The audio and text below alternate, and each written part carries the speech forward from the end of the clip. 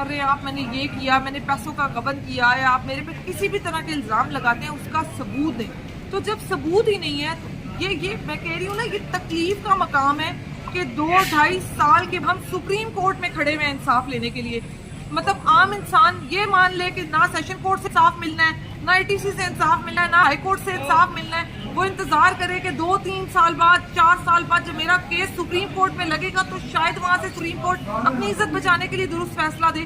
تو یہ ابھی بھی ان کے لیے سوچنے کا مقام ہے کہ انہوں نے نیچے کی تمام عدالتوں کی کریڈیبلٹی ختم کر دی. اچھا یہ بتائیے گا، عمران صاحب کہتے ہیں کہ ہم معافی نہیں مانگیں گے، لیکن کل ڈسٹرکٹ گورنر صاحب نے ایک بیان دیا ہے کہ غلطیاں ہوئی ہیں اور یہ غلط تھا. ہم کیا سمجھا جائے؟ انہوں نے 9 مئی کا اعتراف کیا ہے اور غلطی تسلیم کی ہے. دیکھیں خان صاحب کو جانے ہم، خان صاحب نے کہا کہ CCTV فوٹیج دیں پھر بات کریں. خان صاحب نے سیدھا کہا کہ میں کسی سے معافی نہیں کروں گا، الزام لگے والے معافی مانگیں گے.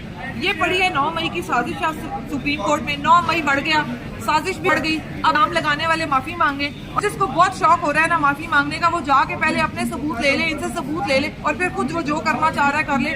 ہم عمران خان کے بیانیے کے پیچھے کھڑے ہیں، ہم عمران خان کے ساتھ کھڑے ہیں. 9 مئی کے وکٹمز ہیں، ہم کہتے ہیں کہ ہمارے ساتھ زیادتی ہوئی ہے، آپ ثبوت دیں، ہمارے گلے اتار دیں.